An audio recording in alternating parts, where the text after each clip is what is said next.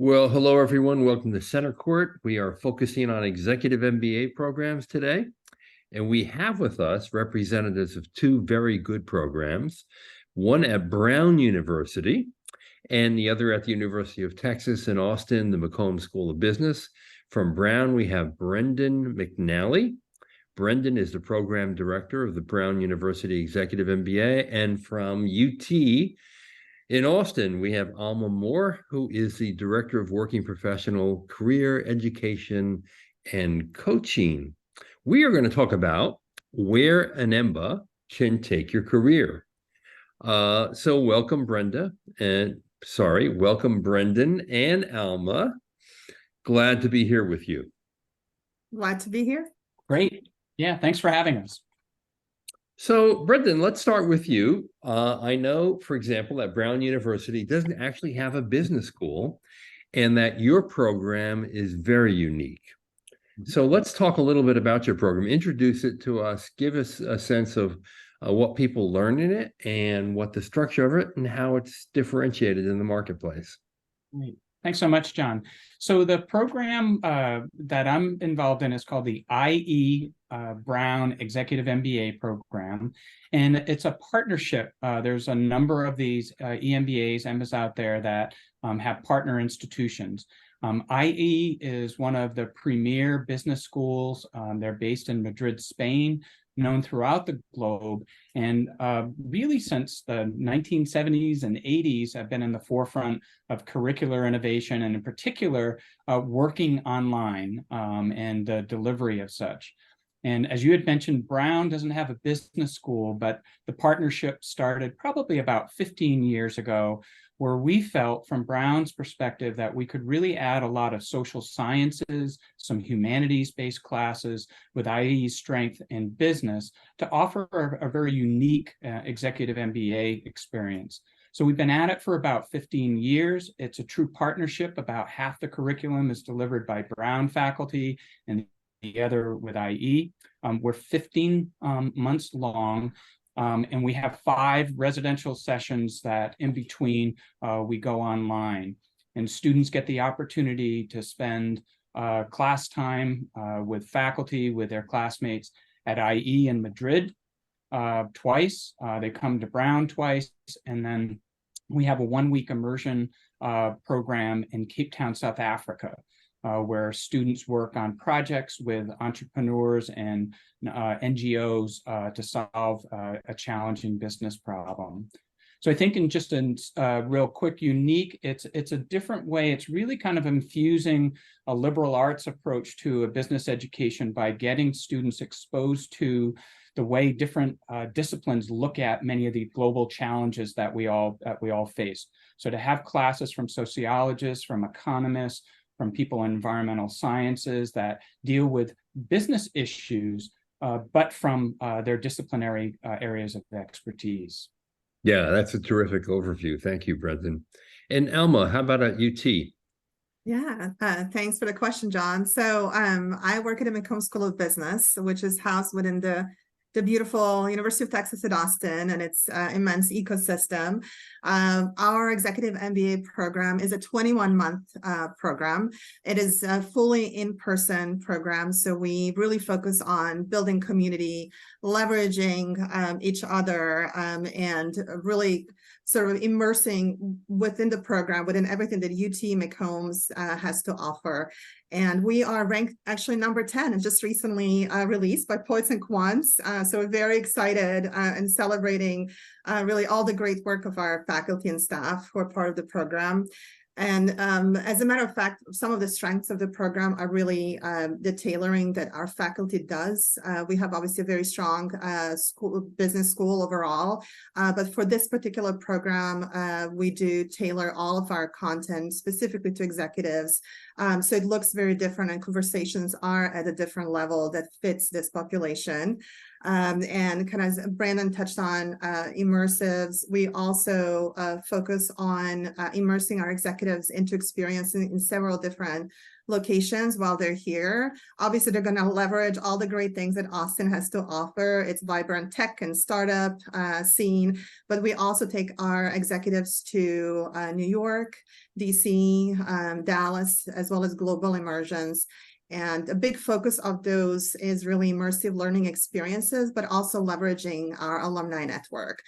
So really networking, bringing in business leaders and experiential learning whenever we're together in those places. I will just say, probably just to conclude the kind of this portion is really that our semester is also built into the kind of model where we have every semester has a different theme. So our students come in usually really looking to kind of propel their career as executives. So we build in a different theme every semester so that all the academic and co-curricular content aligns with those themes as students move through the program. What are some of the themes?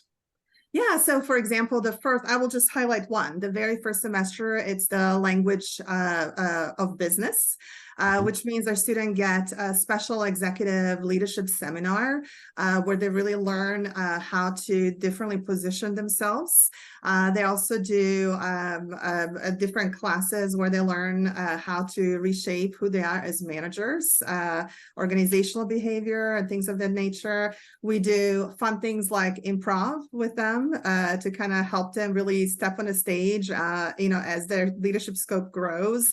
It's a lot of different kind of interactive ways to do that, as well as bring in business leaders and experts who can help coach them on their path. Right. And Elma, what's the structure of the program? Is it an alternating weekend structure or something else? It's a once a month program, and students are there from Thursday through Saturday, 8 to 5. So we have learned that to really bring in the type of talent that we know will be a good fit for the program. For us, once a month format works best, so that when they're together, making that time really engaging. And then obviously there's some additional work that's done virtually, but once a month, our students are together. Great. And Brendan, what's the age range of the people who come in and how much work experience do they have? Sure. So the average years of experience for students in our programs around 16, and that's been pretty steady for the last 5 years or so. In the profile for applicants that we look at, it's a minimum of 10 years worth of work experience, and usually about 3 of which we like to see people who have been in some type of managerial or supervisory. We're one of the programs by design that is sort of industry or sector agnostic. So we really get a nice range and diversity of students from where their backgrounds are coming from. And similarly, they come from many different functional roles. So it's not sort of a heavy finance oriented where the students most come from that background, but rather it's a really, really nice mix. And interestingly, we have many people who have advanced degrees, and I'm sure you'll get into that in some of the questions later about for whom is this the best, type of program. But it really adds when you have that level, and I'm sure with Alma's program as well, as much as the academic are a draw. We do great work with that. It's really an amazing benefit of what the students themselves bring. And so to be talking about an operations management or about a marketing class and have people whose role might be running the marketing function, or having a doctor who has never touched the marketing concept before is now in a position and responsible for a large organization, of which marketing is one that we do. So we have, in terms of the students who come in, the experience level, and some, it's amazing, I call them the elders. I have to be careful, I'm in that category myself, who have 25 plus years or more of experience who come in. And what they add is really amazing in terms of both experience, and also what they're looking for out of the program. And that's often this forward-looking, where are things headed? I would love to be back in an academic environment and soaking up what faculty and other students can provide. Yeah, that's great. Alma, what's your class profile look like? Yeah, it is actually very similar. Usually we range between 15 to 17 years of experience on average. So we kind of fall into the same kind of range. And I would say it is really, when we look at kind of the candidates and who we want to bring to the classroom, I think it's often really the quality of the experience, or maybe complexity really of the problems they're solving, where they're at right now, that we often look at in terms of can our program, help our students solve these problems? Like, will it be a good fit for the program? But also, will our students be able to contribute to the class discussion at the level that's expected for an executive classroom? So it seems to always be at that 15 to 17 year range that it works out at. But when we interview candidates and kind of when we evaluate, really we look at where they are in their careers, how complex are the conversations, are they managing, and how we can support them as a program. Great. Now, I'm going to have the opportunity to ask this question of an actual graduate of the program later on in another session. But from your perspective, Alma, what do you think are the three biggest takeaways about your program? Three things that will resonate with your graduates long after they leave the campus with their diploma. Oh, that's a great question. Three things. So I will just let me share our framework. We really has three things that I think we believe are at the core of sort of a purpose-driven career, life, profession. And that's really number one, curiosity. We hope to really awaken the curiosity in our students so that they, as leaders, are driven by that in all their decisions as they move forward. So we hope they take that. The number two is the courage. We really think that courage is important in our lives. Whether it's courage to be curious or courage to make the decisions, sometimes that only leaders can make, sometimes in isolation, sometimes amongst others. And then the third thing that we put a lot of emphasis on is the community and that connections, because really our students come to us in a time in their careers where the quality of their connections makes a world of difference. And we hope they will take that with them, both the connections they make within their class, with our faculty, staff, our alumni, and then they continue to grow in that and learn from that and leverage that for their growth for life. So the three C's. The three C's. Absolutely. I couldn't agree with you more. I think that's those are three incredible attributes that someone could walk away with. Brendan, how about for you? What are the three things in the Brown IE program? Sure, I could say, hey, what she said, but I'll do my own. I think that as we talk to alumni of the program, one big thing that they take away that lives with them is this sort of thinking critically that they got out of this program. And as I mentioned before, our approach being a bit different in terms of having a lot of social science and humanities-based classes in there, that training, that approach, discipline of looking at things from various perspectives is really helpful, and that both is achieved, I think, for our students in the type of courses that we structure for them, and then as well as the diversity of students that they come from.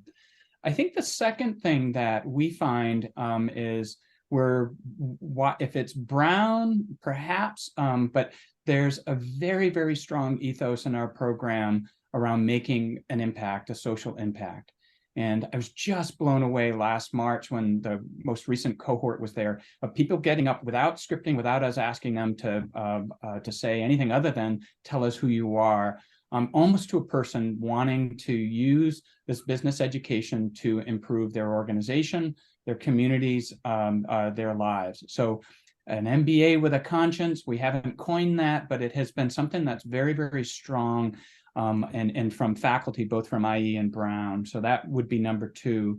And I think the third one, and this is something, a motivation for many people who are listening, that we achieve. We do it, I think, in a humble way, but is the network. They're really looking to grow people that can help them along in their careers. And we're quite fortunate with IE that has close to 100,000 alumni who are out there. I think Brown is in the few 100,000 alumni, and that you invest in a degree like this so that you can call on people to help you as you're trying to solve a problem, as you're thinking about moving into different jobs or roles. And it's at a micro level where we find our students are so tight with their cohort of people that that they graduated with, but that really what they took away with it as being part of both the Brown and the IE families.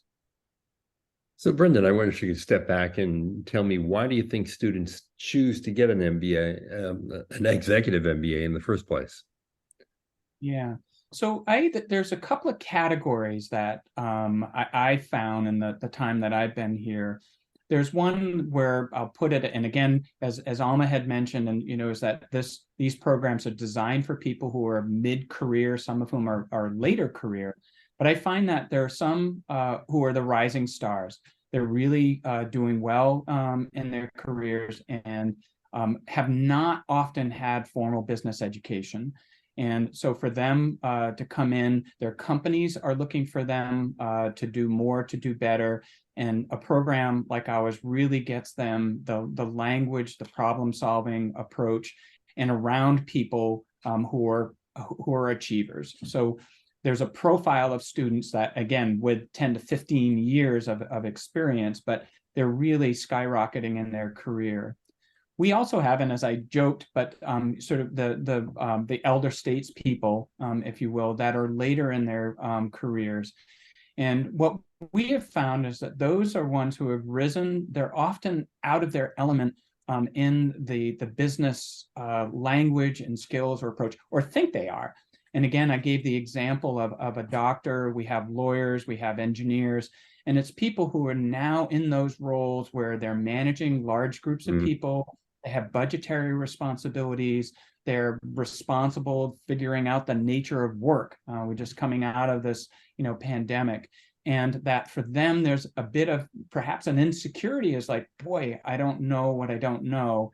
And that an EMBA is a really great opportunity for them to get exposure to the different functional areas within business, and for them to some level of comfort that they don't get bamboozled when it comes to budget talks or market segmentation or Six Sigma or whatever, those really important business concepts that we all cover in our programs. Right. Alma, you have a perspective on that too? Yes, I absolutely agree with what Brandon just said. And oftentimes, our students are super accomplished in a certain field, but they need breadth, right, of knowledge. And so they might not have had as much exposure to other aspects of business. And so this really gives them that breadth and ability that's presented to them in a way that helps them make decisions, use the information to make decisions as leaders. And it's also in terms of network, you were talking about that earlier, Brendan, like here's an example of just what that could mean both immediately for these executives at work, but also for career growth. One of our students who recently got promoted during the time in a program, every time you get promoted, you're put in a position, you're solving problems you've never solved, and he's faced with a major cybersecurity issue.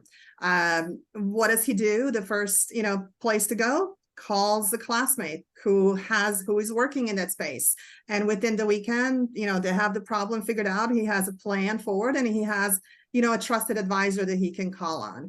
So I think sometimes the students come to the program because it offers this opportunity to really expand your network, which helps you become more resourced as well. And then I will just add to that since I work in a career space, what I see a lot is this idea that obviously our students are very diverse. They come from all different industries, functions, and times in their career. But one common theme that I see is what worked before no longer works for me for some reason. There's a sense of maybe being stuck. And that can mean different things for different people. Whether that's I'm stuck in my career, or I'm making the same decisions in the same way, or I feel I need something more. And so I think that feeling brings them to an executive MBA program. And then we kind of, peel the onion to figure out what is it that's making me stuck, and what are the different strategies and different knowledge and different things we need to add to help you really then, move into the next stage of your career. What do you think employers most appreciate when they see an executive MBA on a resume? Brendan? Yeah, I think that there's it's an imprimatur of there. You've covered certain material, so that helps you work within often large organizations, although many are in smaller. So one, would be is that, as I had mentioned before, when it comes to budgetary, where there are issues around financing a project, issues around the workforce and where things are headed and how we're doing what we're doing, that employers like to see and know that there's this breadth of topics that you should have mastered, really be able to speak to, and perhaps maybe not do yourself, but certainly manage those areas, and to be someone who's competent in understanding those. So I think that that's one, and I think that there's another, and it's something that for students who come in, it's hard work to do one of these programs and still do your job and manage your personal life. It's something that I remain in awe of our students. I think I work very hard and I carry a lot of things at once, but really impressed. So I think, companies see someone with a level of ambition, with organizational skills to say, wow, I could really grow and advance what I'm trying to do from my knowledge sake, from my ability to perform better in my job, while doing it all at once. So I think for a lot of businesses, when they see people come out of an executive MBA where students are both working in their professional lives as well as in these in our programs, it's a real sign of achievement, of discipline, of persistence for people to do. And I think that there's another thing. We're lucky. I'm very humble. Behind me in my background are the gates of Brown University, 1764, whatever. I think we've earned that reputation because we continue to do things well. We don't rest on our laurels. But I think that there's something to, having an MBA, having it come from a school that's well recognized and, well ranked, is something that businesses look to for their credibility as people who they employ are out there either trying to sell new products, trying to manage, trying to create new deals, that there's a level of confidence that whatever reputation we earned is afforded to people who graduated from our programs. Now, Elmo, I'm thinking that there are people out there who say to themselves, oh my goodness, how can I put this in my life? I have an incredibly demanding professional career. I have responsibilities at home with a family. How am I going to layer on top of my professional and personal obligations yet an academic one? How do people do it? Oh, yeah, excellent question. I think especially in career management, we probably the first year what we talk a lot about among career planning, we talk about just prioritization, management, and it is a lot. I think the one way we see our students do it is, and we have these conversations with them before they start. We have sessions with their partners in their life and their families. We set expectations both for them, but also for their support network to help them understand what it's going to be like, and then provide resources along the way. What helps most, what I hear our executives say, is seeing that everybody else is going through the same thing, and which is why we do encourage a sense of vulnerability and sharing, because it's very easy to be in the program and to think I'm the only one who is struggling managing these priorities. I'm the only one. So we do, we really encourage a sense of sharing. A lot of our classes, we begin by sharing, sort of celebrating what's happening, both personal, professional, but also just in general, how things are going, to help our students just vocalize what's going on in their lives. Because I think once you realize, everybody's going through the same process, the community can help pull you through that first semester. And things do get better at the end. And then what you hear students when they become alumni come back and say, I don't know what to do with my time now, because I have taken this program out of my life and I have so much time. So you do really build, that process is very rewarding in the end, because you are able to accomplish and manage so much that you couldn't before. And, going back to your earlier question, this is one of the things, employers really value is that learning that comes from managing so much at once. Yeah, and I think having an executive MBA on your resume is a signal to employers that you take your career seriously, that you want to make a meaningful difference in the world of work, that you're ambitious for, bigger and better things. And what employer wouldn't want that? Now, most people, this is conventional knowledge, do an executive MBA to accelerate the career in an existing industry or company. I wonder, though, how many today are actually doing an executive MBA with the view of actually doing a transition, changing either their discipline, their industry, or their geography. Alma, can you have a guess about that? Yes, I can give you an approximate kind of what we see in our program. First of all, of students who go through a program, we see that about at least half of them will have changed jobs while they're in the program. And then we see a lot of movement within 3 to 6 months after graduation as well, because people are now done, they're inspired, they're empowered with the new knowledge, they're better connected, and so they're putting that to use.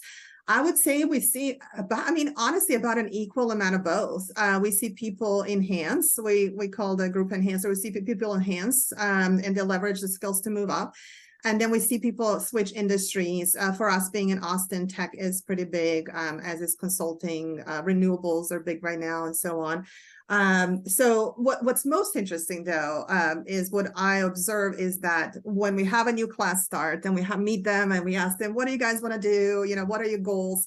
Most people will say at the beginning, I just want to move up. I want to keep moving up, right? And that will happen for everybody, right? Every EMBA is eventually an enhancer. Yes. And then they start asking questions and they start meeting other people and they start getting empowered and learning new skills. And then you see a lot more switch than the initial feedback you got from students at the beginning, which is why I would say probably about half is the switch and enhancers. Yeah, that's great.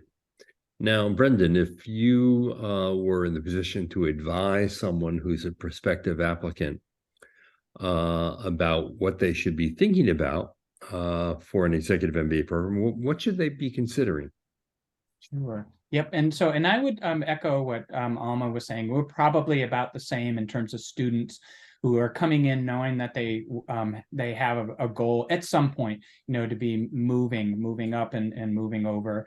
We also have quite a few students who come in with strong company support, and sometimes that company support includes a financial commitment from them. So it's a real feather in their cap that their companies are saying, we think this will benefit us as much as it will for you. But I think that coming into a program like this, as Alma had said, for students thinking about these programs, the length is important and the format. And for some, weekends really work well. For other people, a structure like ours, which is 2 weeks at a time, residential periods with online in between, we end up with these sort of self-selective pools where we're awesome for the type of person that could handle our type of format, and we don't see the ones that can only do weekends. But for someone looking, I think that that's very important to really look deeply on the websites and try and understand what's right for you. I think what we found is that for ours and similar ones with it is we're very short to the degree. So 15 months is probably one of the shorter ones. So the intensity is there. And what we found is that people, again, for whom this is good, they go, I can do anything for 15 months.